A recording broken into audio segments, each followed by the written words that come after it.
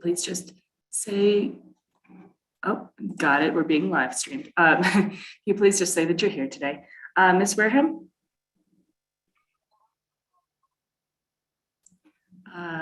Mr. Mock? Here today. Mr. Singletary?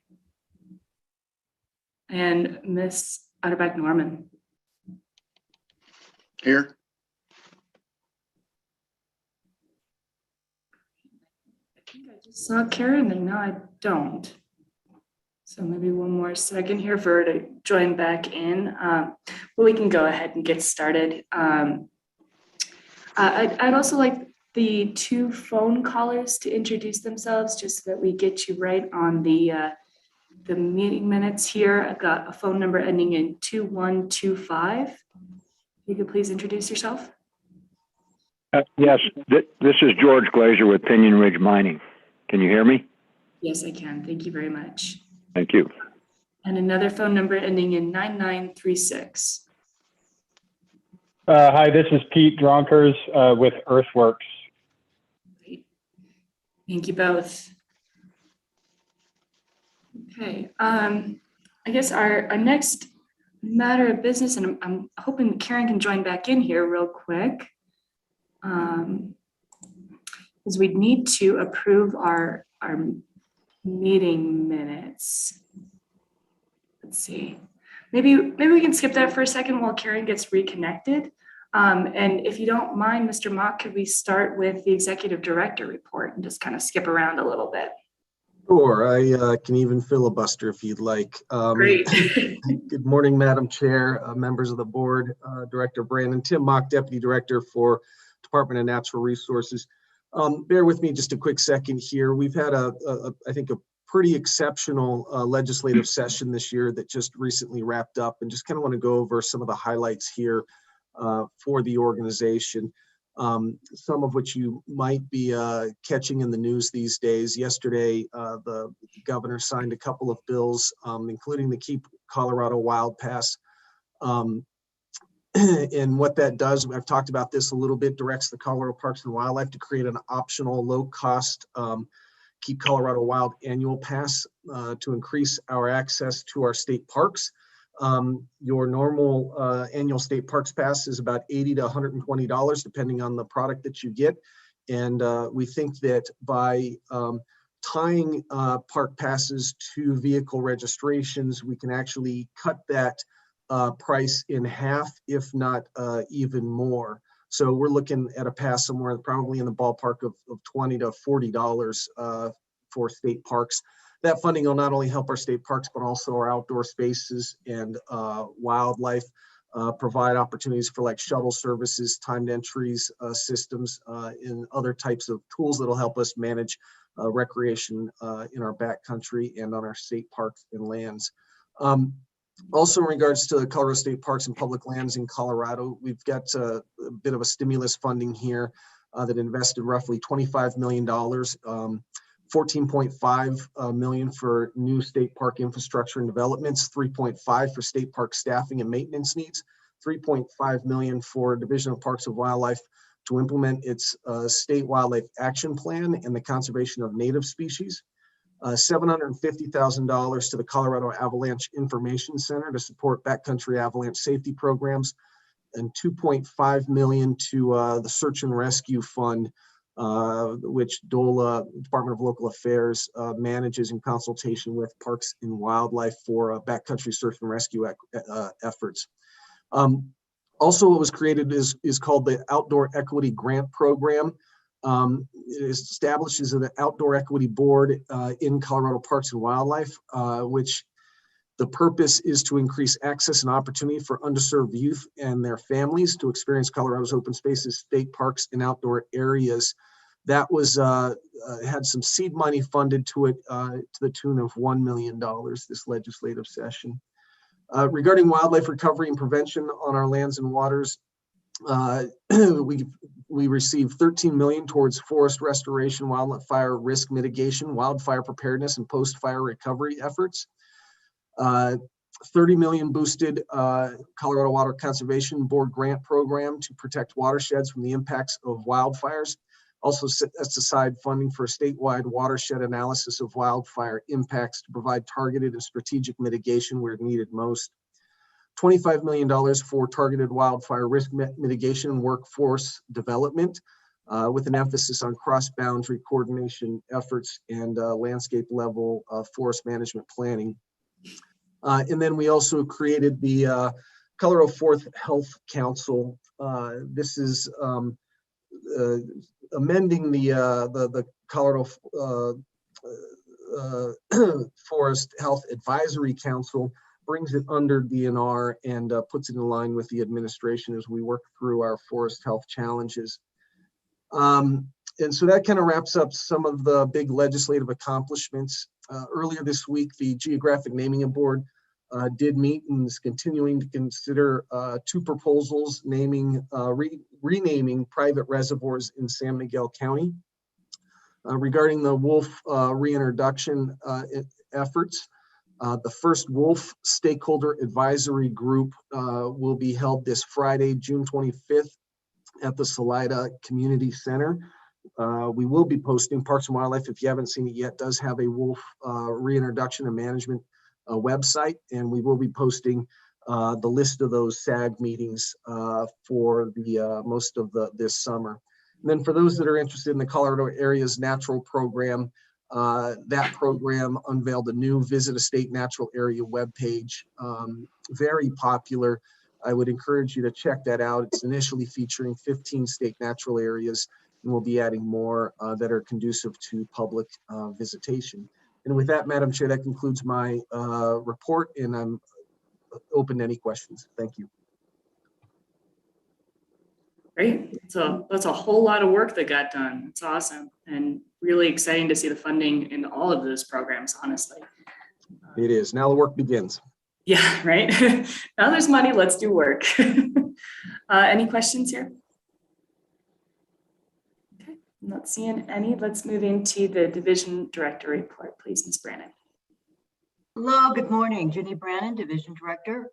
Just a few things. I know I've told you about the new elk mine down in Trinidad before, but the update is that there are now miners' boots on the ground. They are mining, and they've hired about 45 people. They're hiring about 30 more, probably before summer's end. That's pretty big for Trinidad. Of course, they'll be probably north of 300 at full build out. But once again, this is metallurgical coal. It is coal that is used for ore smelting, and it is destined to Asian and South American markets for steel making. It is not coal that feeds the grid. It's much higher BTU than that coal. So interestingly, I was in a lift. I still can't drive 2 years after the hit, and I was in a lift, and the guys. Sometimes the drivers are chatty, sometimes they're not. Well, this one was chatty, and he said, "Well, what are you doing?" And I told him, and he said, "Oh, there's new mining down in Trinidad. I'm like, "How do you know that?" I mean, people in Denver don't really usually know that. He's like, "I heard about it, and I went down there and bought a house," which is brilliant because there's going to be increasingly more and more of a housing shortage, and the operator's been working with the town on that as well as the county for a long time, trying to crack that nut. But yeah. Anyway, the other thing I wanted to tell you is there was a subsidence in Victor. I don't report out on all the subsidences, but it's just a reminder of sort of this unsung work that IMP does do. And the subsidence in Victor, town called us and went up there, boots on the ground that day, contractor on the ground within 48 hours, and we were closing it. It's just one of those things we do, and we move fast. Of course, it has to be all sectioned off immediately, but then we still move fast because they're so dangerous. I'm surprised more people aren't injured or killed in these subsidences. I mean, it's just like dumb luck that somehow that it happens and there doesn't happen to be a car driving over that part of the road. Or, remember the one in Colorado Springs? It was in his driveway, a couple of yards from his house. And he was home at the time. Had that been his house would have collapsed into that subsidence and he'd be dead. So these things are unpredictable. Never know what this old historic mining, when it's going to happen. But, but for the grace of God, by the grace of God go we, hopefully continue to avoid fatalities. The Forest Service is moving into stage 2 fire protection. So we'll be, monitoring our inspections accordingly. But we are anticipating more fires as the summer commences. And that does sometimes affect our inspections. And of course, we always can do aerials too. Then finally, Sarah Ben on our staff, she does all of our financial work. So it's critical work. She had a baby, and her name is Indira Ben. And so these environmental protection specialists keep getting younger. So the newest addition to our team is a month old. That's all I have. Well, congratulations. Yes, Mr. Singletary.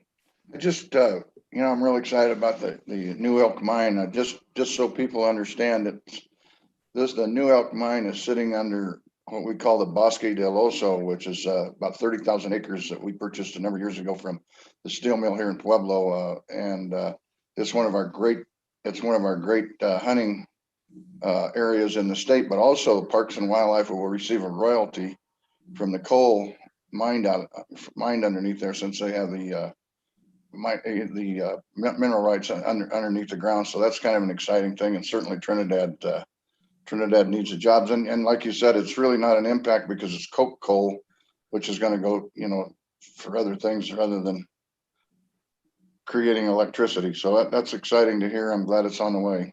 Yeah, absolutely.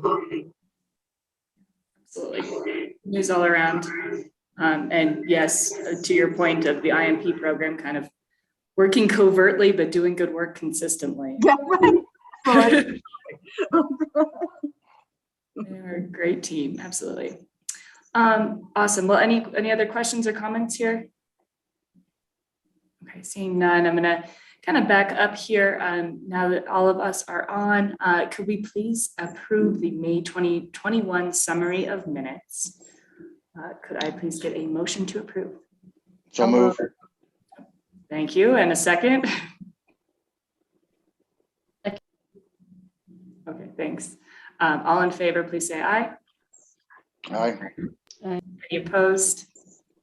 Okay, hearing none, we approve the May 2021 summary minutes. The next item up was the approval of the continuances and withdrawals. I don't believe we have any continuances, but as previously noted, item number 5 of the agenda has been withdrawn. That's correct, everyone? Cami, looking at you. Can you hear me? I'm sorry. Yes. Thanks. I'm gonna say yes. Okay. So could I please get a motion to approve the withdrawal? So moved. Thank you. In a second. Second. Thank you. All in favor, please say aye. Aye. Any opposed?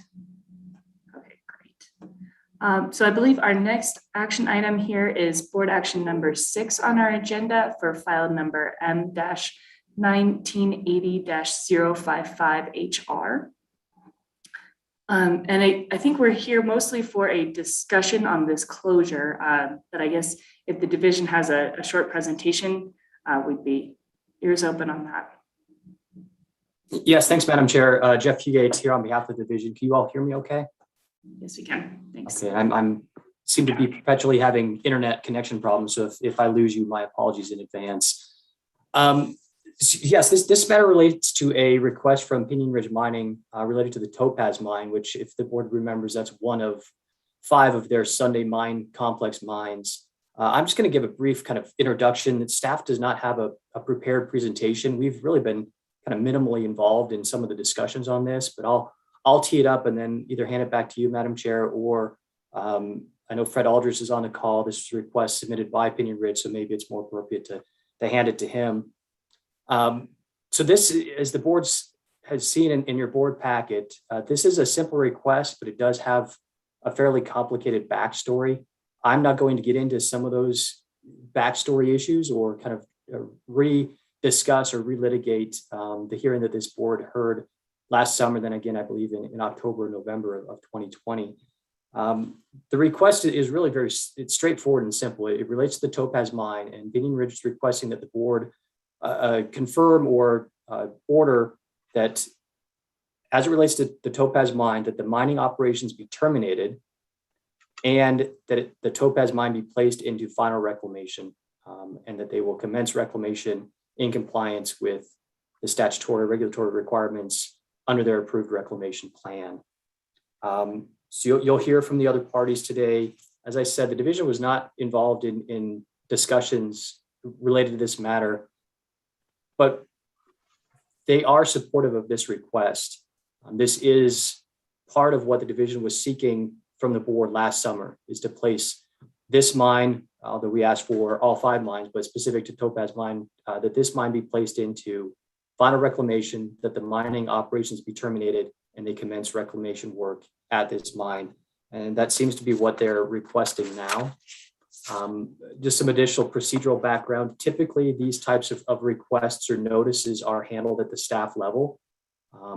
Somebody will submit a request or a notice that they're placing their mine into final reclamation, and staff takes action on that.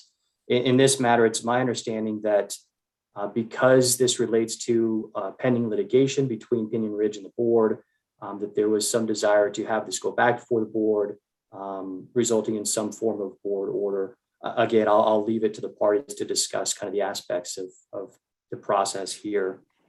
And so with that, I don't know if there's much more that the division has to offer up here, other than if you have any questions of the process, any questions of kind of statutory legal authority, I'm available to answer those, as is the board's attorney. But the board is, or the division is supportive of final reclamation commencing at the Topaz mine. Thank you. Thank you very much for the background. Do we have any initial questions here, board? Okay, seeing none. I do believe there were, counsel from the from Inform's representing Inform. I'm sorry, I'm trying to read and speak at the same time. It doesn't always work for me. I guess I would love to hear kind of a short discussion from your perspective, and kind of understand a little bit of what you're hoping for from the board today, and just get a little bit of perspective from your side. I'm sorry. I also need to pause here. I apologize. Before we continue this discussion, I didn't swear anyone in. Can we please do that? If you plan to testify, could you please raise your right hand? Thank you. If you swear to tell the truth? Yes. Yes, thank you. Okay, apologies. Thank you. Please continue, Ms. Parsons. Thank you. So, I agree with Jeff that the request on paper is fairly straightforward, but it is a fairly complicated procedurally. Essentially, the Inform and the other parties that appeared before you last year that gave rise to the lawsuit that's currently pending in the district court. In fact, the opening brief has been filed. There is a deadline for the board and Pinyin Ridge to submit their response brief on July 9th. And so it is a bit unusual to have sort of a request come in to the board related to pending litigation. And so I don't think it's quite as, while on paper it looks straightforward, I think the surrounding circumstances are unusual. Inform and the parties in the case, Sheep Mountain Alliance, San Juan Citizens Alliance, and others would ask the board to delay action on this matter today. Our position essentially is there's no reason to rush this. The parties have begun some discussions in terms of a settlement, and plaintiffs believe there's a strong prospect for that settlement agreement, but will take a little more time to flesh out. And frankly, I think the board acting today will undermine those discussions and will result and push the parties essentially into additional litigation practice unnecessarily. That is, fighting over motions to dismiss and jurisdiction of the board and all manner of other sort of needless debates that the board could avoid by holding off on this order and just giving the parties a little more time to discuss. Plaintiffs, for their part, are based on a good faith interest in discussions, are willing to agree to a delay or a push off of that July 9th deadline. So that should eliminate any urgency to get this moving forward today. And so that would be our request to the board, is just that you defer action and allow the parties more time to flesh out a settlement agreement. And we think there's some good reasons to do a settlement agreement. I mean, I know that, and it is true, as Jeff Fugate indicated, that, you know, final reclamation and closure of this permit are pretty central to the case. And obviously that is something that we are happy to help facilitate and work out. But I think it's important to realize and recognize the context of these temporary cessation issues over the years and why we're worried about simply having a board order saying reclamation should go forward and the permit be terminated. This has happened before, several times before.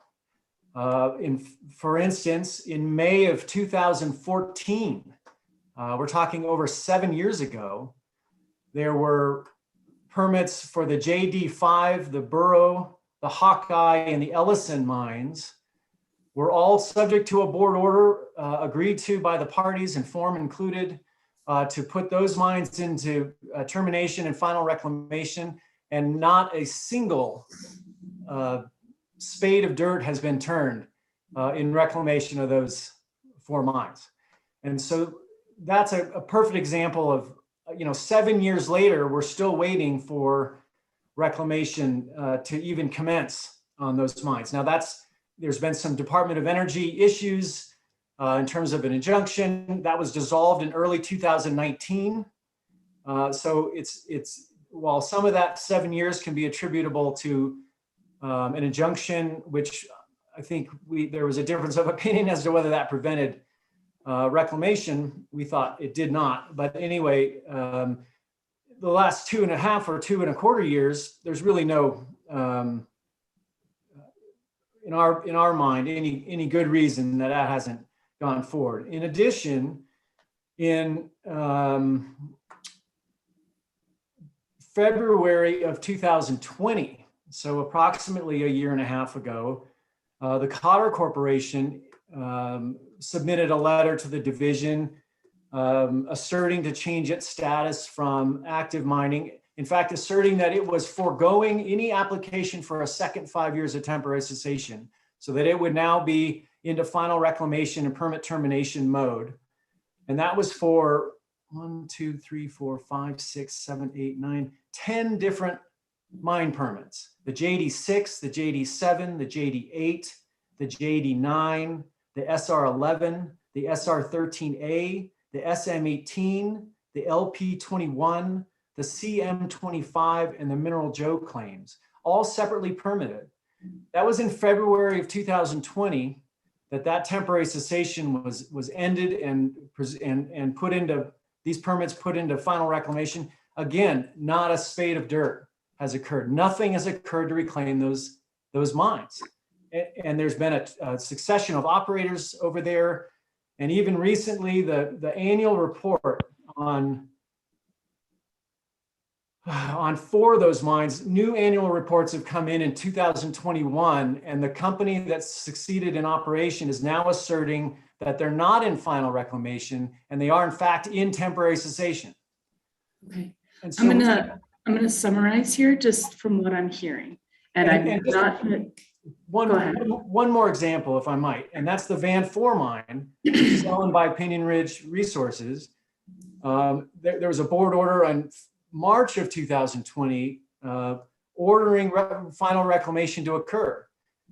And as of April 19th, 2021, a letter went out from the division asking the company for an update on the status, and the record contains no additional information, and we know that reclamation has not been completed. Now, last summer, there were some issues with COVID, obviously, and there was a deep stage sort of fire restriction that prohibited any acetylene torches. Those have been gone. The fire restriction's been off since last September, and it still has not been put in place that would prohibit that kind of torching, and the mine's not reclaimed.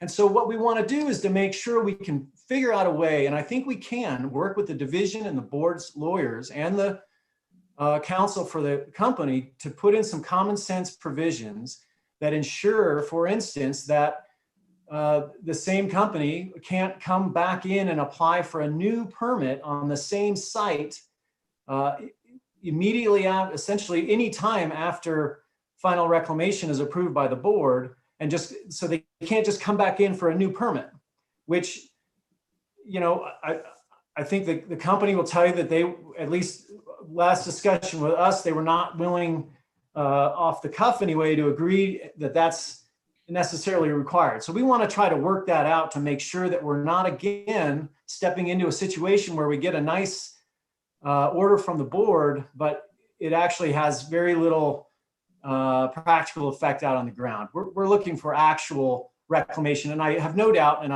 I've heard Fred, Mr. Aldrich indicate, and I have no reason not to believe him, that they intend to get forward with reclamation on this project. But we've heard that from all the other operators whose mines are now sitting out there unreclaimed despite an order. And so all we want is some time to work this out. The second good reason, I think, for the board allowing settlement to occur, or at least the prospect to go forward, is there's some pretty serious jurisdictional issues. The Colorado case law, it has some strong language about a board such as this taking action on a matter such that it would be such that the court's jurisdiction over the subject matter, the quote from the case, Colorado Supreme Court, the court's jurisdiction over the subject matter must be complete and not interfered with or frustrated by concurrent action of the administrative agency. And we think that that's a pretty serious issue here. Now, we're not saying that the board loses all authority over the permit, that you can't enforce the law. If there were an accident or some emergency thing, sure. I mean, obviously, the board and the division retain jurisdiction, but not so much as they can frustrate the court's processing of the case. And so what we're going to get into is a bunch of litigation over these issues that frankly is unnecessary.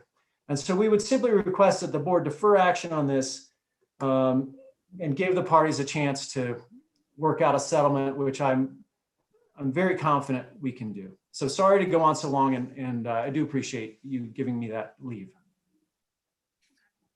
Well, yeah, thank you for the background and the additional information. I'm going to summarize what I heard, and I'm absolutely not even close to an attorney, so please let me know if I'm missing things here. But I'm hearing the first component of this issue is a concern that the operator will not do the reclamation, even if they're ordered to, even if they say that they will. And I'm hearing previous examples where that hasn't occurred for whatever reason, and other operators and some concern over this specific operator as well. So I'm going to probably dismiss a lot of the concern over other operators, since that's not immediately relevant to this discussion, but I understand your concern over Pinyin's actions. And then I'm hearing almost a separate issue here is the settlement discussion relating to the jurisdictional review, and that's something that's kind of an ongoing effort that you would prefer a board action not terminate or extend or what have you. Is that kind of the layman's summary there? That's fairly accurate. I think the way the court, Colorado Supreme Court rather puts it is concurrent action by the administrative agency that would frustrate the court's jurisdiction, the subject matter, the court's ability to complete its review of the matter. Now, a settlement can do that. And so a board order on the heels of settlement makes a lot of sense here. But jumping in, rushing this now prior to settlement, we think raises significant jurisdictional issues.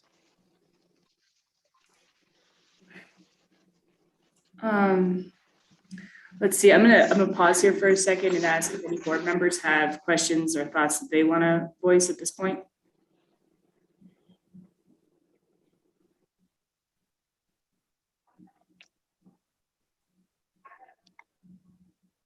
Okay, surprisingly, no. I am surprised. Okay. Let's see. I believe there are a few representatives here from the operator as well. I guess I would love to hear kind of what your plans are for this site and how you might address some of the concerns that have been raised by Mr. Parsons. If you have an opportunity to speak, I'd love to give it to you. Madam Chairman, may I start out? And then I would like to have George Glazier comment as he feels appropriate. Thank you. Could you please introduce yourself for the record? My name is Fred Aldrich. I'm an attorney practicing in Grand Junction, Colorado. My office address is 601A 28 ¼ Road, Grand Junction 81506. And I am counsel for PRM, or Pinyin Ridge Mining LLC, in this matter, and have been in the July 2020 proceeding and in the October 2020 proceeding. And I am counsel of record for Pinyin Ridge Mining in the appeal filed by Inform and others. So that's who I am, and I am here. I want to, if with the board's indulgence, I'd like to have opportunity to give just a little bit of background here to add to what Jeff Fugate said. I think the board members that I see today were probably involved in the July 2020 hearing, where the division took the position that all 5 Sunday mines, which are all separately permitted, should have their mining operations terminated and be placed in reclamation because there had been no production for whatever, I think it was over 5 years or whatever it was. So I think that's what, and they were looking at what we refer to as the Van 4 case. The board action at that time, based on the evidence presented by PRM, was that the mines should not be terminated, their operations terminated, and that they should be allowed to continue operations. In October 2020, we had another hearing where, because of COVID, they were not able to continue with any operations. And as a consequence, they requested to go into temporary cessation, and the board approved that request in October 2020. Both of those board orders were appealed by what I refer to as the interveners, which are Mr. Parsons' clients and Mr. Still's clients. Usually the lead party on that was a group called Inform, and you're probably all familiar with them. In any event, they have filed a complaint in the district court for city and county of Denver to overturn both of the board's orders stemming from the July and October 2020 hearings. But they've isolated and singled out the Topaz mine as that's the target of the appeal, not the rest of the Sunday mines. And it's tied to the lack of production, citing the Van 4 case. And so we're pretty familiar with what their issues are. And the relief that the interveners seek, or the plaintiffs in the district court, is pretty straightforward. They'd like to see the Topaz mining operations stop, terminate, and that the Topaz be placed in reclamation. And that's really the relief they're asking for, and that's really the only relief they're entitled to. And so that's what we're sitting here today. Keeping that in mind, Pinyin Ridge Mining made a business decision not to pursue this litigation and to give the plaintiffs in the district court case exactly what they wanted, which was put the mine into terminate mining operations and to place the mine into reclamation. And as a result of that, I have had some discussions with counsel for the board, Chuck Kuiman, and about the idea of taking this action and how to go about doing it. We also had some discussions with Jeff Fugate about this, mainly concerned about, well, how do we go about presenting this in a manner that leads people to believe that we're sincere about this action. So recognizing that it's typically a administrative staff decision to terminate mining operations and go into reclamation, it was probably largely my thought that we have a board approval of this action. And the board approval, I think, serves a couple of purposes. I think one of them is it brings everybody into the loop here. As a consequence, having reached out to both Chuck Kuiman and Jeff Fugate and finding out their input, we also scheduled several telephone calls with Jeff Parsons and Travis Stills and provided them with the same document we provided the board, but we provided it to them almost a week in advance of providing it to the board so they could review and comment and so on.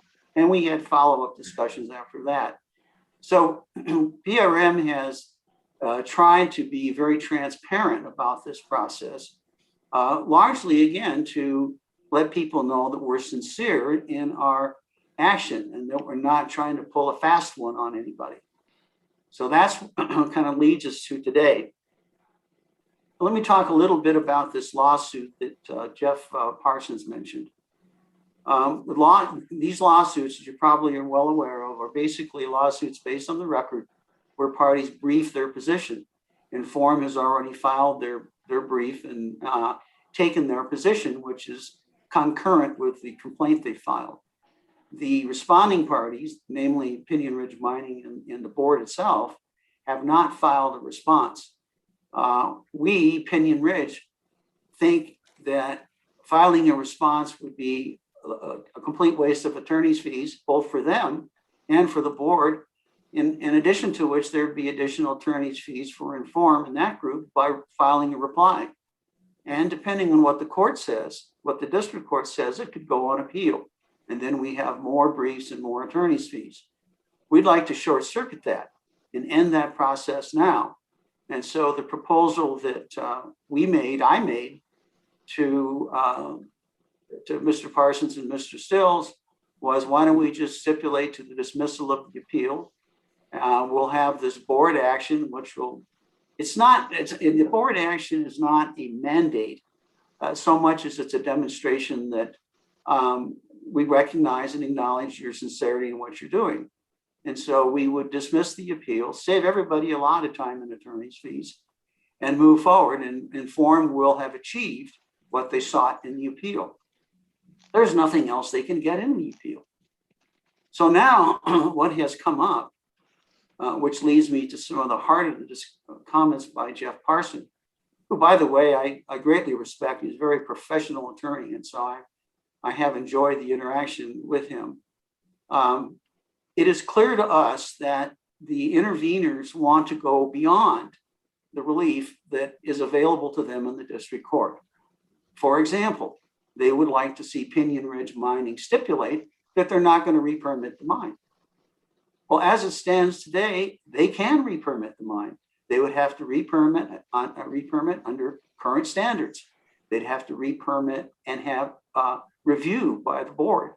And that review would be subject to their involvement. And that review would be subject to an appeal if they thought the board made a bad decision on re-permitting. So that's a legal right that Pinyin Ridge Mining has today, just like any other mining operator. If they go under reclamation and at some point in the future they decide they want to re-permit the mine, they can do that. We have no intent to say we're going into reclamation and then renege on that and go back and say, oh no, we're not in reclamation. And so part of the public demonstration that we're trying to convince everybody is that we're dead serious about this. And so that we want a record that we can't go back on. So, and so what has concerned us, in addition to it, there's a jurisdictional issue here. We have seen some of the legal authority that inform the sites about the jurisdictional issue. In other words, proposing that this board does not have authority to approve Pinyin Ridge mining going into reclamation for the Topaz mine. Well, the authority they give us, and I'm going to ask Chuck Kuhlman to comment on that because this really is his wheelhouse. But the authority they gave us talked about the board going back and altering the prior orders. We're not asking the board to alter any prior orders at all. Those prior orders will stand, but this action by Pinyin Ridge will terminate mining operations and in effect moot this whole appeal. So now they come in there and say, well, you can't moot this appeal because we have all these other operators out there that I think is already the comment, is really not relevant as to what these other operators did. We're talking about Pinyin Ridge mining and a single mine. And so we don't see that there's going to be any risk on a jurisdictional issue.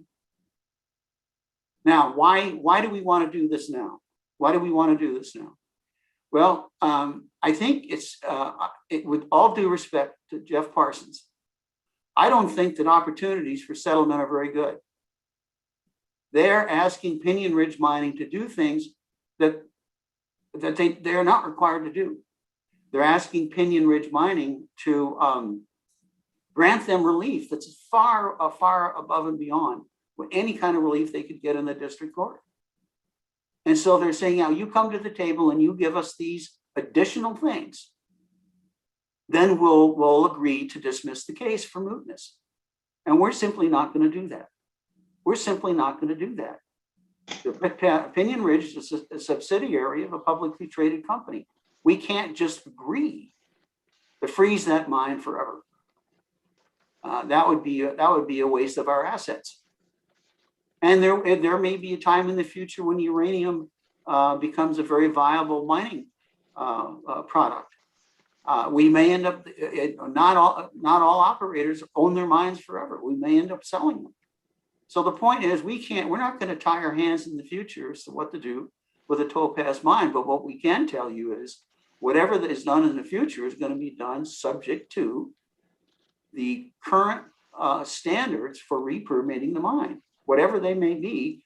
Plus, in addition, you have the Bureau of Land Management, which has its own requirements for a plan of operations. So what's the point of the delay? The point of the delay is simply to string this out. And we don't see any reason to string it out. We would like to short circuit this today, not today, but we want to get the board's approval for what we're doing. We want to go straight into district court and say, this is really a moot issue now.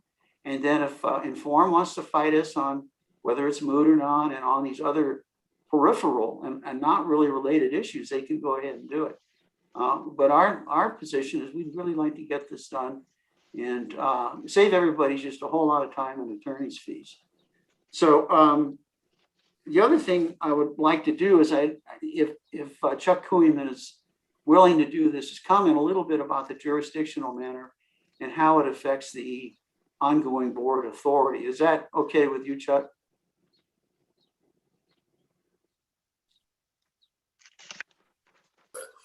I mean, I can a little bit. I mean, my advice to the board is privileged, and so I normally want to have that conversation with the board in executive session. I mean, I don't mind, stating that I do disagree with Mr. Parsons' view of the case law on this, but I'd be happy to discuss with the board in executive session and kind of answer specific questions in an executive session so that I can keep that privileged conversation. I mean, Mr. Fugate can talk about, just kind of generally, I mean, I think we're on the same page that, both the division and the board retain jurisdiction over the permit, kind of regardless of if there are specific orders, up on judicial review. I mean, if Pinyin Ridge went bankrupt tomorrow and the division had to proceed with, a proceeding to get the financial warranty and do final reclamation on its own, and foreclose on that financial warranty, there's nothing that would stop the board or the division from having jurisdiction to do that, even though these two orders are pending. And I just don't see there being much difference between Pinyin Ridge's request now to terminate the mining operation, and go into final reclamation and that scenario. And, I mean, Mr. Parsons has acknowledged that the board retains jurisdiction to enforce the permit and the act. And I just don't see the distinction between those two scenarios here. I understand that it has an impact on the judicial review case, but it just seems, I don't see there being legal authority for a proposition that appealing any board order locks up the permit and insulates it from any action, no matter what that action might be down the road. I mean, we certainly don't have jurisdiction to amend or vacate the orders that are up on judicial review, but that's not what's being asked here. So I don't know, Jeff Fugate, if you had any thoughts or anything you wanted to say about that. And again, if the board's got questions, specific questions, I would happy to have that discussion in executive session and provide you with the more specific legal advice. Thank you. I want to add one other thing, if I may, and then invite George Glazier to comment if he has any comment before we get into questions, if that's okay with the chairman. Yeah, but can we actually take a break here? I would like to hear from Mr. Fugate if he's got something to add to Mr. Clemen's discussion before we move on to the next topic. Certainly. Jeff, you get on behalf of the division. I don't have a lot to add. It's been a number of years since I thoroughly kind of researched this kind of area of law. I do know that the cases that Jeff Parsons has cited, we've used those in the past, or at least I've used them on behalf of the division to make jurisdictional arguments or limitation arguments. But those are more in the context of the board's inability to modify or vacate an order, I think along the lines of what Chuck was discussing. I think when a specific order is up on judicial review, the board is without authority to modify or vacate that order. But I've not done enough research to kind of give a more informed position or opinion on how broad or far those limitations go. So. All right, thank you. All right, Mr. Aldridge, thank you for the pause there, if we can continue. I just have one point before I'd like to have Mr. Glazier comment. I think Mr. Parsons has acknowledged that the board does retain ongoing authority over the permit. So, and that permit continues even if mining operations are terminated and reclamation commences. So the board, acting through the division, has the authority to enforce the permit and has the authority to enforce reclamation requirements. So it's not like the board is giving up anything or the division giving up anything by essentially approving what PRM wants to do. All right, so that's the end of my comments. And then before we open it to the board questions, if there are any questions, I would invite George Glazier, if he has any comment, to go ahead and give it at this time.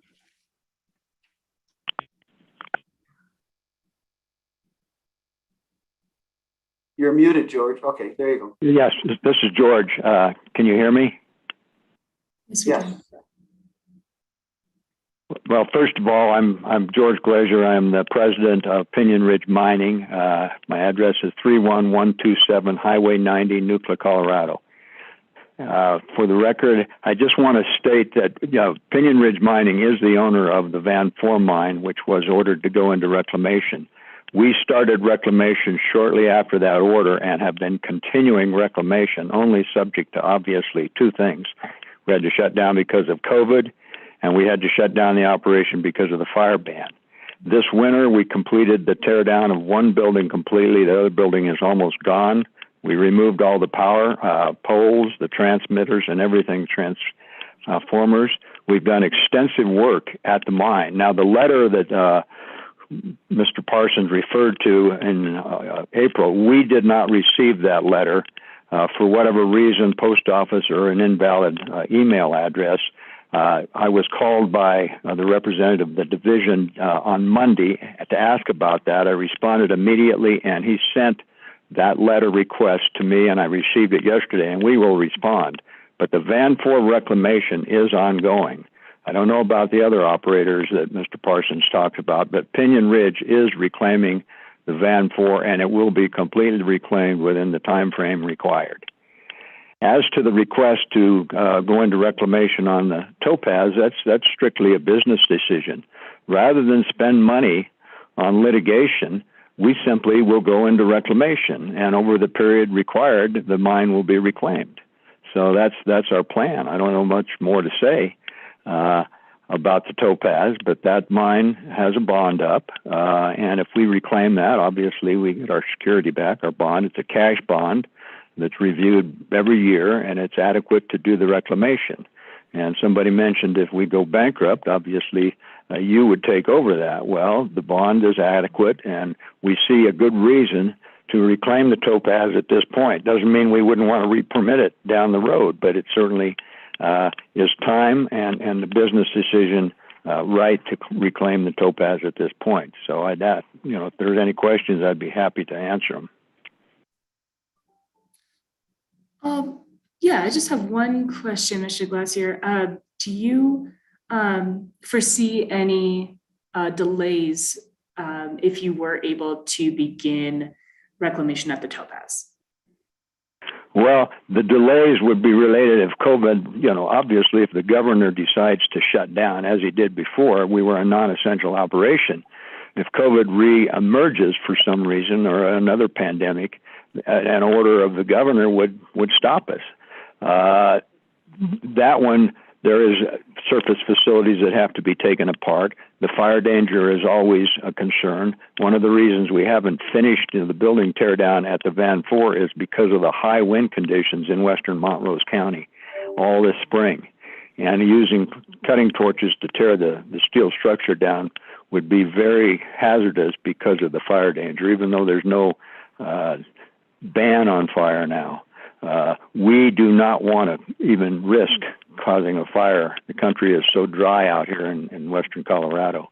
But on the topaz, we see no reason why reclamation couldn't start as soon as the board authorizes it. Right now, we can't do any reclamation because we're in a temporary cessation order, which doesn't allow reclamation. So when the board, we hope, authorizes reclamation, we intend to start just immediately on some of it. The tear down of the buildings are the first thing. You have to get rid of those before you can reclaim the disturbed areas. But that would be our plan. We see no reason to delay it. The sooner we get it done, probably the less it would cost. Cost goes up constantly. We have the resources to do it, and we intend to do it as quickly as we can, reasonably get it done. Thank you. I hope that addresses some of the concerns here. If I may just respond. Sorry, 1 second here. Can I ask if the board has any questions for the operator before we move on to the next discussion? Okay, hearing none, saying none. Thank you. Mr. Parsons, please continue. Just very briefly, there's no reason not to give us a chance to settle this case. In terms of wasting attorney's fees, pushing us into a mootness and jurisdictional battle does just that. I mean, literally, it's the opposite of of what the company has just talked about. You know, Mr. Aldrich indicated they'll file a motion to moot the case as soon as the board acts. Well, that's going to drive up everybody's costs and force additional litigation, really for no reason. We're not asking for the moon here. We're asking for reasonable assurance in a written document of the exact things that Mr. Aldrich and Mr. Glazier have said that they're intent to do. We're not trying to forever eliminate their ability to come back in for a permit. But what we want to make sure is we're not in a situation where the reclamation drifts off into a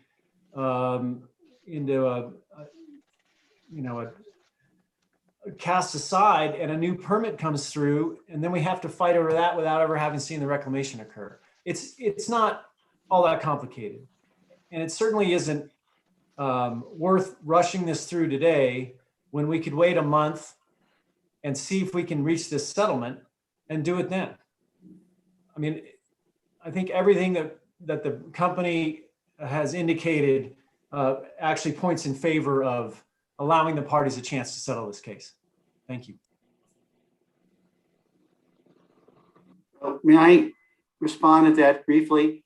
There's nothing to prevent the parties from settling, regardless of whether if the board makes an order today, it doesn't stop settlement discussions. As we've told Mr. Parsons and Mr. Stills, we're open. We actually asked for something in writing from them, which we haven't gotten. And today is the first time we've gotten the kind of detail. We've never heard some of this before. We've been talking about this for a week, Fred. But not laying in the detail today. So all I'm saying is our ears are open.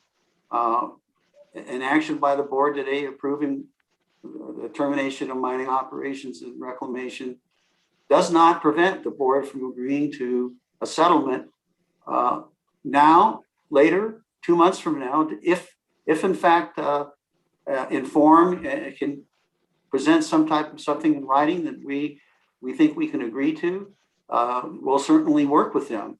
But what I've heard so far is not something we're willing to agree to, which was agree not to re-permit the mine. We just can't. That's not what we requested.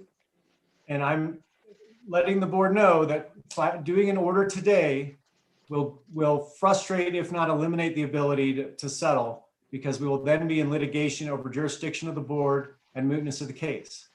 And that's just how these things go. So I'm really hoping to be able to work this out. It sounds like there's plenty of room to work it out, frankly. So I'll stop with the tit for tat. I apologize. Yeah, I guess I'm going to pause our discussion here again and ask for any board comment or questions. It sounds like there are numerous levels of this issue going on, and obviously quite a bit of discussion that's happening both during this board hearing and then outside of it as well. Is there any questions at this time, or would we prefer to enter executive session and ask specific jurisdictional and legal advice?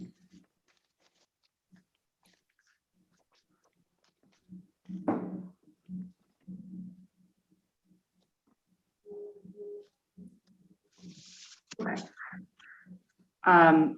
Okay, well, hearing none from the board, I guess I would close discussion here and open deliberation between the board members.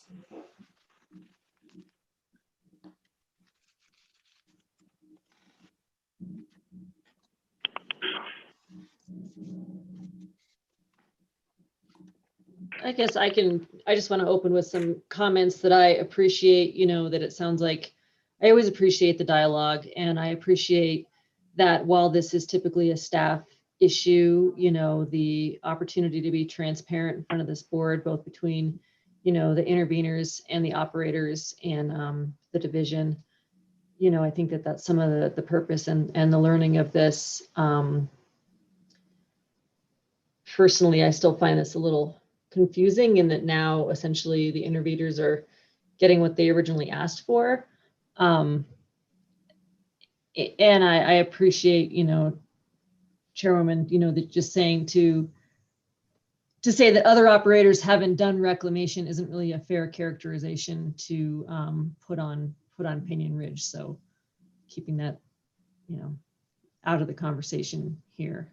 And my other comment too, particularly COVID has really shown us what a globally connected place we all are, and how demand can really just change on a dime, and appreciating the fact that we do have, critical domestic reserves of some of these minerals that are strategic for our country as a global place as well. And, these are businesses, they're making business decisions. And I would just hope that we can keep the conversation in that light, that these operators are trying to make the best business decisions and also the best decisions for future reclamation. I guess that's it. Okay, thank you. So what do we think about the couple of suggestions that have been posed here? Mr. Parsons offered delaying this conversation by a month, seeing kind of what happens kind of behind the scenes, and having more of a decision made next month, depending if they are able to pursue a settlement or able to at least get really clear written terms between the parties. I think we always prefer, my thought here is that we always prefer kind of the operators and the division and anyone who has a complaint to kind of work it out as well as they can. But I don't know if I don't know how realistic that is, or if it's just a matter of clarity, and maybe today's discussion really helped that, and understanding kind of what everyone is asking for and what everyone needs might help that a lot.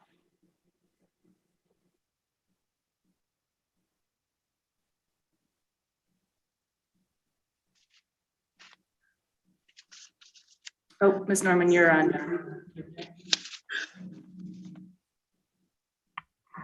Yeah, I say let's give it 1 month and then come back and see if they've been able to reach something. But it's at a point of saying 1 month is what it is, or this just goes on indefinitely, and that doesn't benefit either party. We'll know in a month's time if they've reached a decision, and if they haven't, then we then, I think the decisions then are fairly clear cut what has to happen. Okay. All right, great. Well, I agree. I think one of the major concerns I'm hearing here is the prolonging of reclamation at any of these sites that are supposed to be entering reclamation. But I don't feel like a month, especially when active discussions are occurring, is that kind of continuing on into the future kind of scenario. This is a pretty speedy discussion. If everyone's okay with that, we could definitely create a motion here that just continues this discussion for a month. I'm wondering too, if there's if laying out the terms of the settlement today during this board hearing would be possible, so that while all the parties are at the same place, same time, everyone understands what that terms of the settlement would look like. And, maybe I'm actually sure there would be continued conversation outside of this board hearing, but at least it would be clear as to what Inform needs out of it, Pinyin Ridge needs out of it, and what the division wants to comment on it and be involved in, if at all. How does the board feel about that?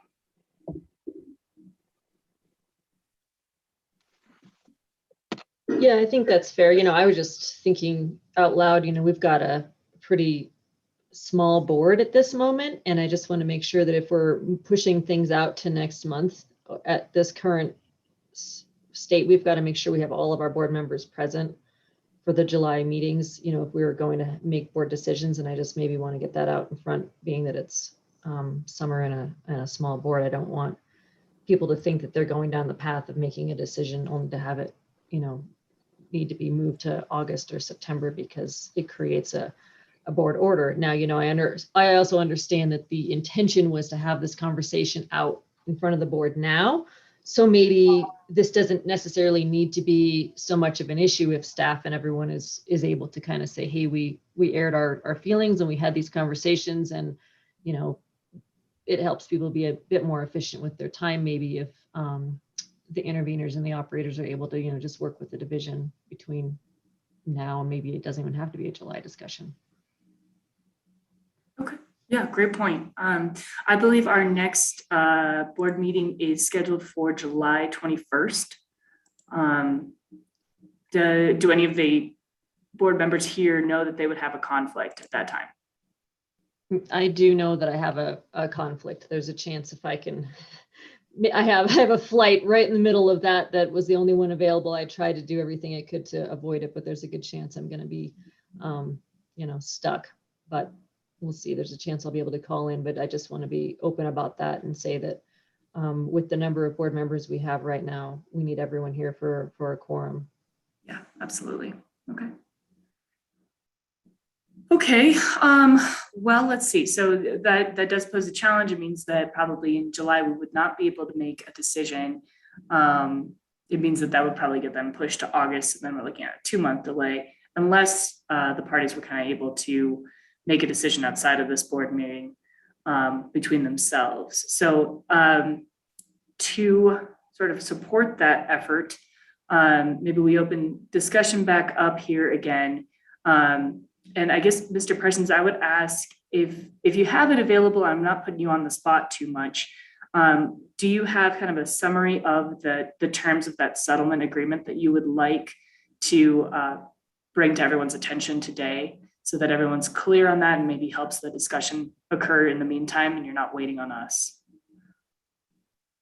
I could give a little, I think we've given a fair amount of information, but it's unfortunately the devil can be in some of the details. In terms of the specific language, it's really difficult to sort of do that in a sort of oral fashion. So that's obviously a problem. I think the main issue is to ensure that termination and reclamation occur in a timely fashion. I think that there's a strong legal basis for an argument that final reclamation has to occur before the company can come back in and re-permit. Otherwise, you have a situation where you can have cessation of production for 10 years, go to final reclamation and come back in the next day and just try to re-permit. And that effectively does an end run around that. In no case shall there be a cessation of production for 10 years. And so it seems to me that that's a sort of absurd reading of the law. And so reclamation ought to be complete before, and it sounds like that shouldn't be a big problem if they're getting started right away. And it's not so that doesn't seem like we're asking for the moon in that regard. We've talked to Jeff Fugate a bit about the division's processes and such. And I think there's some additional input we need from the division in terms of how they are going to treat and work through the reclamation process. So, but I think that's a primary concern. Obviously the fact that we've got these, and I understand you don't want to impugn any current operator based on other operators not having proceeded with due diligence in their reclamation. However, I think the point I was just trying to make is that having a board order saying reclaim has not historically been sufficient to ensure that occurs. And so I think that was more of the thrust of those arguments, not trying to bring in, sort of tar one party with the actions of another, but just to sort of point out that, board orders are great, but they don't always get it done without some, additional. So we think we can work out some language that ensures that this is a meaningful document that really does drive the reclamation. And I think we can, obviously we're frustrated, and this gets a little stickier and it may not ultimately work out, but we're frustrated, frankly, with the concept of a mine that has literally had the gate closed on it, sealed on it for more than 10 years, being granted temporary cessation or active status. When the law says in no case shall cessation of production occur for more than 10 years. I mean, this was a permit that had no activity whatsoever, yet the board approved active status for it after 10 years of nothing. So we still have that sort of frustration in the background, and we were hoping to work with Chuck and the company's lawyers to, maybe just express some of that, in a way that is acceptable to the party. So I don't know, that's why we're not able to put everything in writing, because we're still working through, and it's going to take us a little time to put something in writing and get their views. But that's a component that we'd like to explore anyway, about how do we, this issue's just been kicking around for 20 years and we just fail to get the kind of clear, I mean, the law is clear.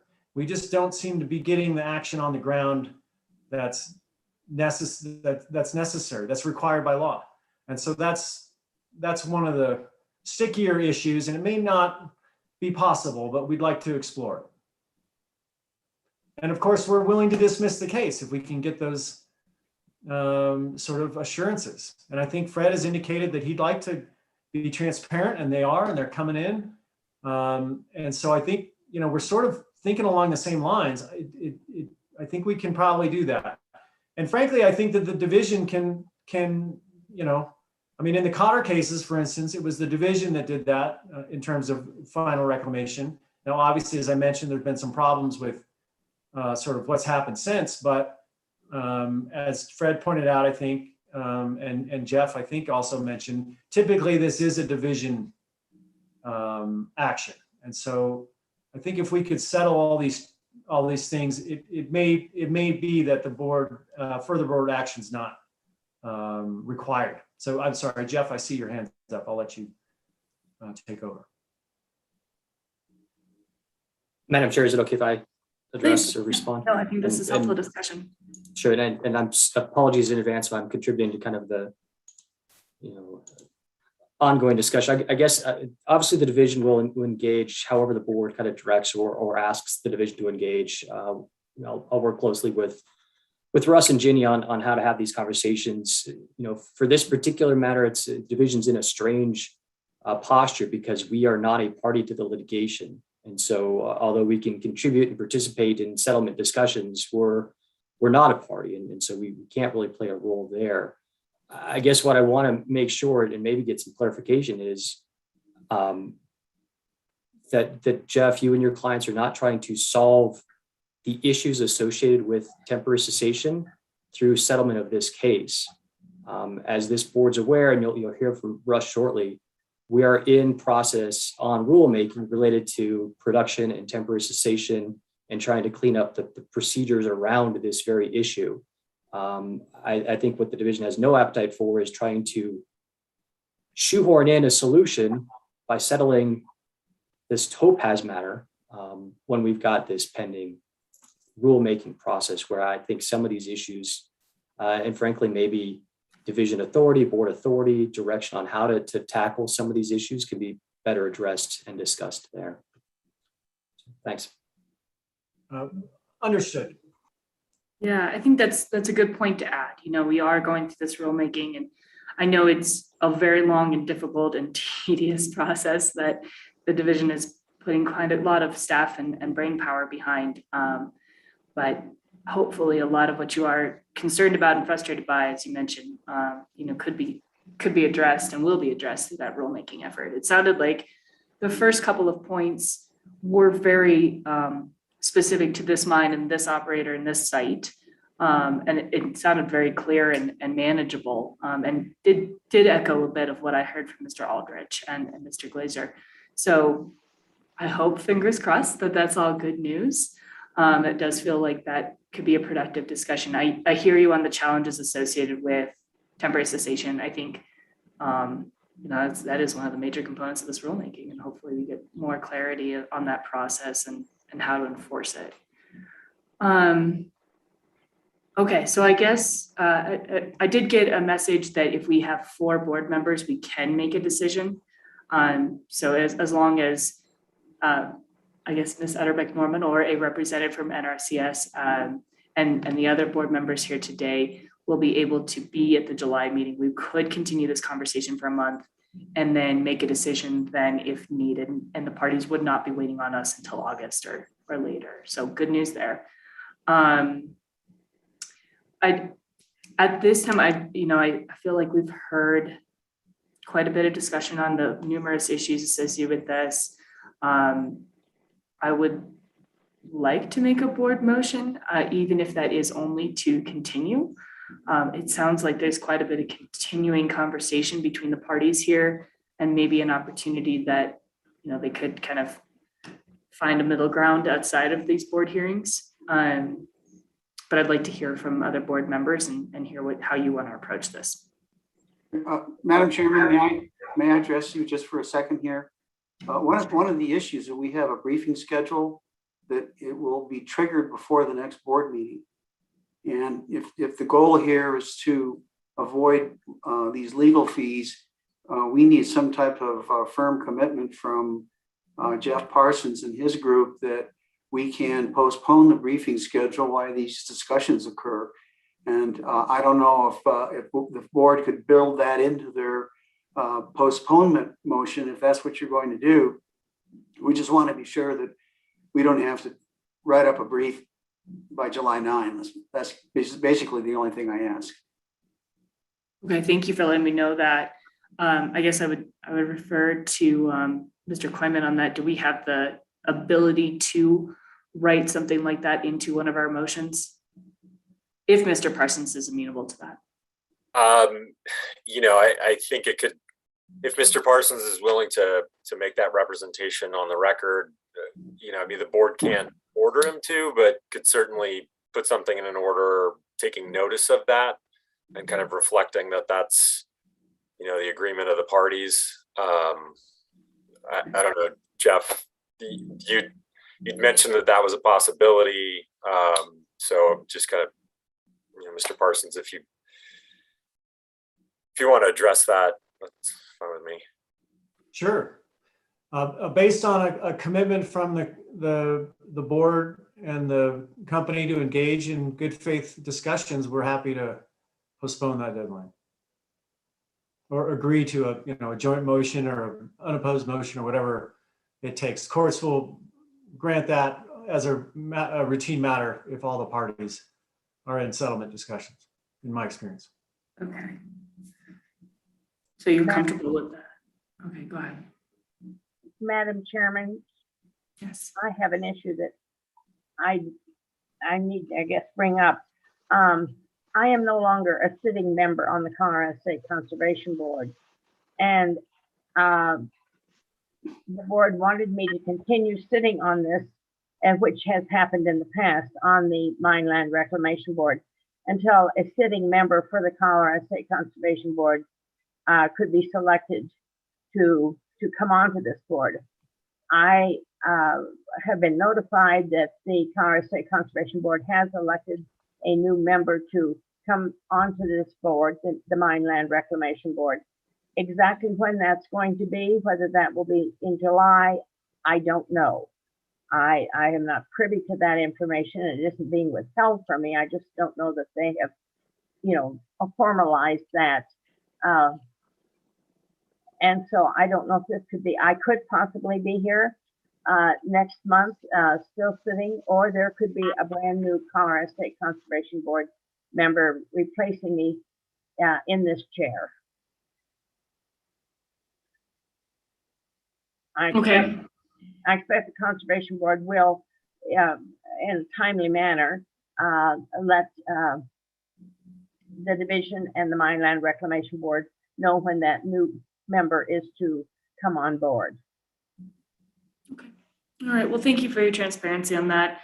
I hear the concern being, it's a continuing conversation that someone new would not have the background on.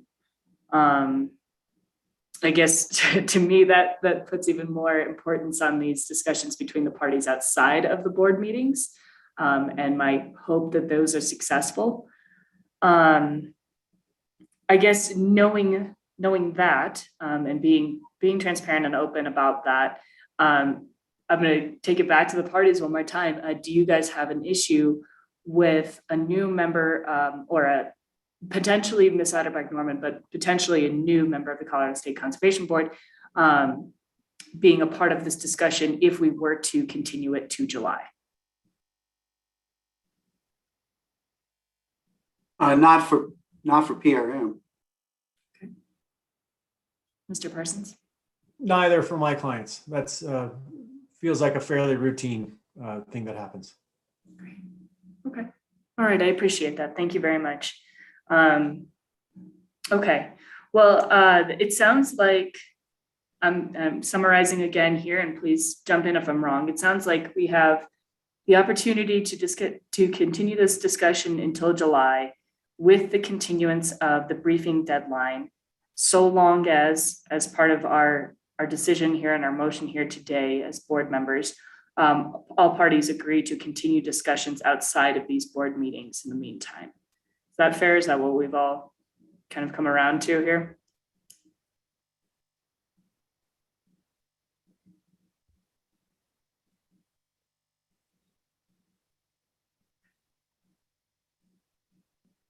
I'm going to say yes, because that's what I have heard, and I'm not seeing head nods or comments here. But if the board's comfortable with that and we don't have any other further discussion or questions at this time, I would suggest that we go ahead and make a motion along those lines. If someone could please craft that for us.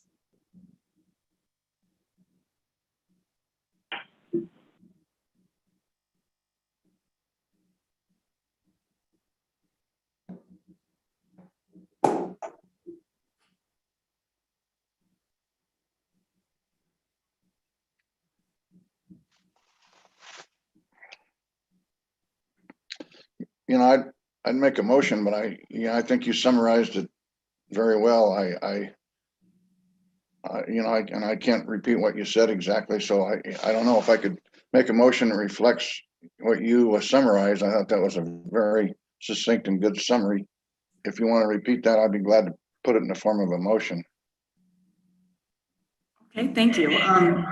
What I'm hearing from our discussion today is that we would like to continue this discussion until our July board meeting and continue the briefing deadlines associated with this discussion outside of this board, so long as, and the requirement is, all parties continue to have conversations outside of these board meetings in the meantime. I would move that language as a motion. Second. Thank you. Thank you. All right, moved and seconded. All in favor, please say aye. Aye. Any opposed? Okay, hearing none, our motion to continue passes. Well, thank you, everyone. I appreciate the openness, the transparency, the willingness to have these conversations, and I'm glad this can be a forum for those continuing conversations. Our next item on the agenda is a discussion item number 7 related to the Hard Rock rulemaking, which is ever so applicable today. Please, Mr. Means. Thank you, board members. I'm going to sign off. Okay, thank you for your time. Good morning, Madam Chair and the rest of the board. Actually, I have 2 discussion items for you today. One is the rulemaking update, and then also the staff would like some conversation and stuff about our board meetings moving forward and the formats and stuff there. So first, we'll talk about rulemaking. Staff has been working. We got sidelined on a bigger board item and stuff in that here in April and May, as you're fully aware. But we got back on track, and we actually have our red line that's almost done formatting, and we're just doing a few little tweaks to that. However, right now and stuff, staff feels that maybe waiting to initiate the final informal meetings and the process for formal rulemaking might be in everybody's best interest and stuff if we just hit pause on that. And our biggest concern is as you've noted and stuff, is that we'll be having some new members, board members and stuff coming in, hopefully soon. But we don't have an exact date for that. We're waiting just as with everybody else and stuff there. So what that has to happen there is those new board members have to have their orientation session. There's an annual refresher, if you will, and stuff for the current board members. And so it would be probably best and stuff in that for us to get all of that in place. And we're hoping that our new board members might get a meeting or two under their belts and stuff before we get into what's probably going to be a contested rulemaking process and stuff. So right now, what we're doing is we're hoping to release the red line to the informal parties in July and maybe have a 30 to 45 day review period and have at least one informal meeting after that. What we would like to do is send that red line out, let everybody have a chance to digest it instead of just presenting it to them in a meeting. And that would make our that one informal meeting and stuff more useful to dial in out to exactly what the issues and stuff would be and stuff going into the formal process. So this is all predicated, of course, on conducting new board orientation and refreshers, which we're hoping to do maybe in August, but that is subject to change in that. So if everything was to hold as it is currently, if we were able to do some the orientation and get the new board members on board, then what we're looking at is finishing up the informal process in either August or early September, going into the formal process in September or October, and trying to push for rulemaking at the earliest in October. But maybe November, and as the board's aware and stuff, October and November board meetings are fairly close together. If for some reason these things get delayed and stuff for any variety of reasons, and that we're not advocating for pushing the rulemaking to December. If we can't get it done in November, it makes sense and stuff just to wait till January. Trying to do rulemaking during the holidays and stuff is that's unfair to all the parties, and that's our hope and stuff. And that is to get this done in October, November. But if it has to be pushed and stuff, then will be December. But the underlying thing and stuff, the most important thing is getting those new board members on board and stuff, and getting them up to speed so that we have a full board to consider those rules. So with that, does the board have any comments, concerns, or suggestions for staff in that moving forward, and that we need to take into consideration while we're working on this?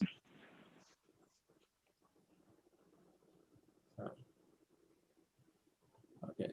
I guess my only comment would be thank you for continuing to move the process forward, even informally. You know, I know getting new board members has been a challenge, and bringing them up to speed so that they feel comfortable making that rulemaking will take a little bit of time, but I appreciate the process continuing to move forward. So as today's discussion reflects, you know, we're not just kind of waiting and waiting and waiting. There is progress being made. So I thank you for that. Okay, all right. All right, any other comments on that? So the second conversation and stuff that staff would like to have with the board today is as we're starting to move out of the COVID restrictions and that for state government, there is a possibility and stuff enough of being able to have some in-person meetings. They have to be approved and stuff right now, but things are opening up. And with that in mind and stuff, we are looking towards the future as to how we want to conduct our MLRB meetings and stuff. We've shown that Zoom meetings and stuff and that can work in certain situations like today and stuff where we had a shorter meeting, having everybody drive in for a 2-hour meeting and stuff, or an hour and a half. And that is, it's not the best use of everybody's time.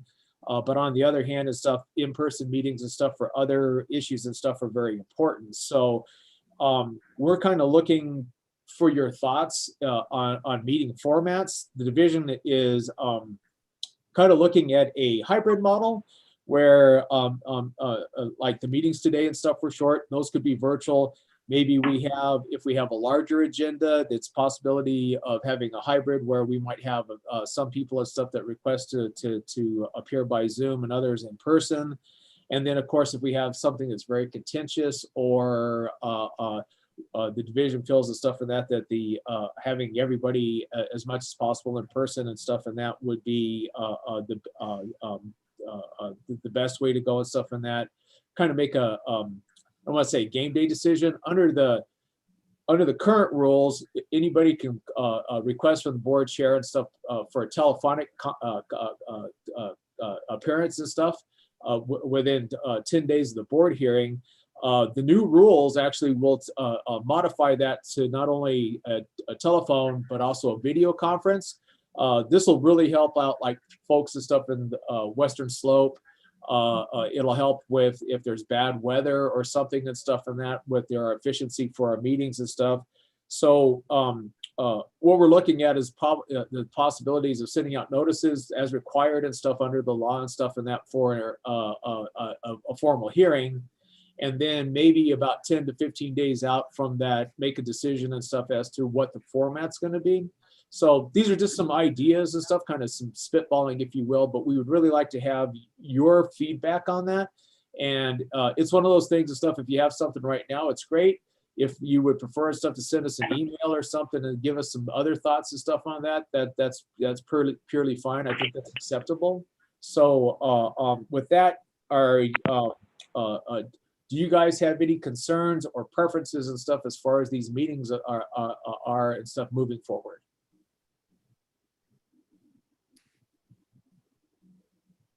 Well, I'll jump in. I personally prefer the in-person meetings, but I really appreciate the opportunity, especially for operators, to call in or do a video conference in. As you mentioned, especially the folks out on the Western Slope, that's a 4-hour drive one way, and that's tough.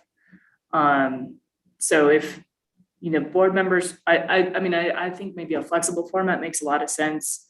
If board members want to come in person, but an operator wants to call in or video conference in, depending on, what their schedule looks like at the mine, but also what their travel schedule and conditions look like on the road. I think that makes sense.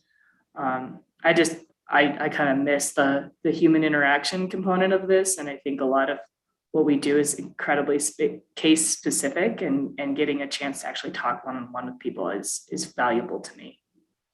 One of the ideas and stuff we have for the hybrid idea and stuff is actually, it may be where most of the board members and stuff might be able to make it, but maybe 1 or 2 can't for whatever reasons in that. And then they would be able to sit in via Zoom and that, so that we have a quorum if we need to, or go to executive session and that, so that would help in the flexibility and stuff with the board to conduct their business as well. So. Yeah, I think that makes a lot of sense. I know Karen's had a couple of snow days that just made the travel impossible. So yeah, I think that flexibility is a good thing. Okay. But I also think I'm speaking for so yeah.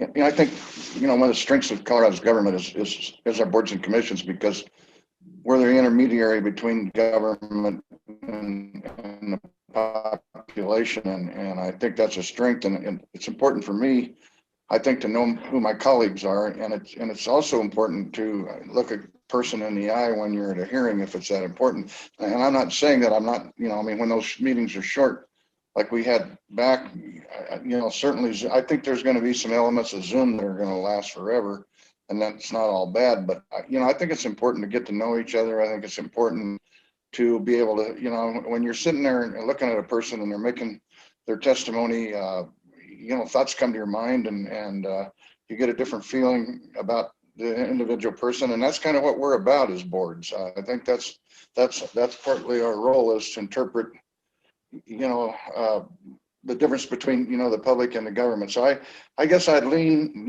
most dramatically toward trying to have in-person meetings, other than the fact it's crazy to come up there for a half hour or an hour or something. But even when you get to 1.5 to 2 hours, you're starting to get into some material there that becomes a little important. So I think to draw the line, I mean, that's just my feeling. I think it's real important to know each other, and it's real important to have that, you know, there's a communication you can't have on Zoom that I think is necessary if you can get there. Okay, duly noted, and I would agree with that. Yeah, I agree too. And I mean, looking at like today's agenda, right? Like we were only really supposed to talk about the topaz mine for 20 minutes on the agenda, but obviously that wasn't the case. And I think we're all better for it not being a 20-minute discussion. So having that flexibility is valuable, I think. Okay. Yeah, I totally agree. You know, I'd say my threshold is certainly spending more time driving down there than the meeting lasts is tough.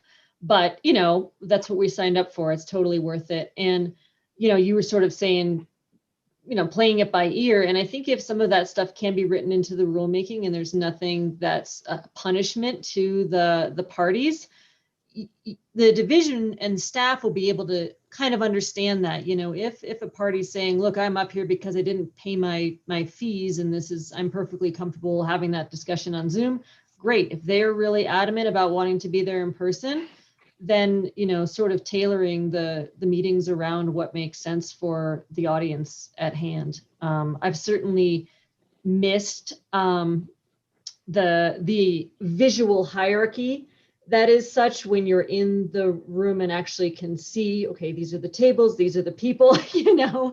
I think we've done a really amazing job navigating that.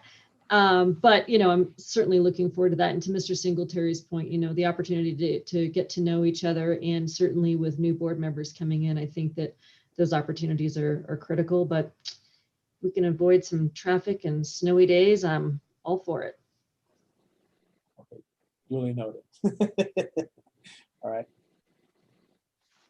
All right. Anybody else? So. Okay, well, I've taken some notes here, and we'll have further discussions. Mr. Fugate, Mr. Koyman, myself, and Jenny, and Cammie, and that for the most part, and stuff like I said, the rule change and stuff will reflect that. So, but where we'll try to do and stuff, and that is, it seems to be the general consensus and stuff is, where possible in person is the preference of the board, and with exceptions and stuff like that we'll take a look at. So, but we'll make those notes, and we appreciate your feedback. And like I said, if something else pops into your mind and stuff, and you have further comments, please feel free to send me or Cammie an email, and we'll take it from there. So thank you. And with that, that's all I have for today. Thank you. Thanks for the opportunity to talk about that. Let's see. So next on our agenda is any public comment. I don't know if we have any. I know we don't have any members of the public, but if anyone else had any other comments to add to today's discussion, it's a great spot for that. If nobody, either one. Okay. All right. Well, hearing none, seeing none. It looks like we do have an executive session on the agenda, and a few items listed that I believe we wanted to discuss today. Is that right, Mr. Koyman? Yes, that's right. Yeah, you know, if we can, particularly given that there's almost no chance we'll have 5 members next month, you know, kind of given all the judicial review cases that are pending, like to be able to give you all an update now, kind of recognizing that it might not be till August before we can do it again. Okay, well, I've got the magic words here in front of me. So if it's all right with everyone, I'll go ahead and say those and we can move into that. And can I ask both Travis and Mason to step out of the meeting?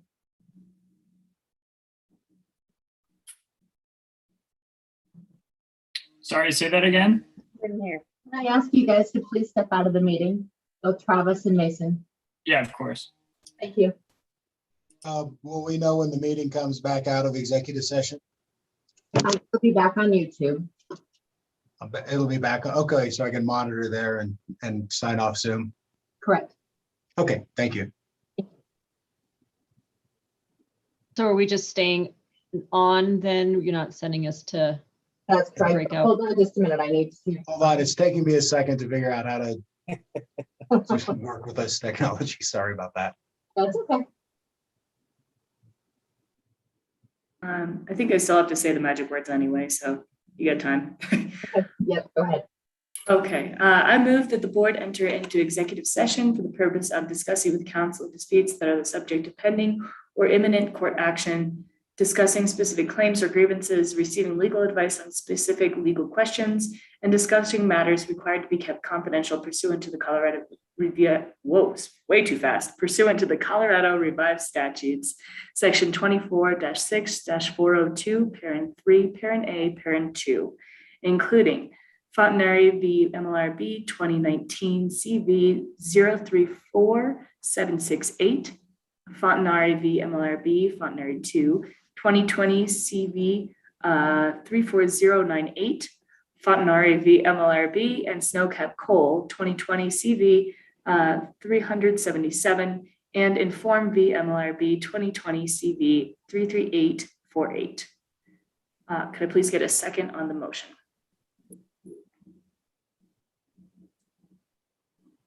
Second. This is now. Thank you. All in favor, please say aye. Aye. Any opposed? Wonderful. All right, and with that, we will move into executive session.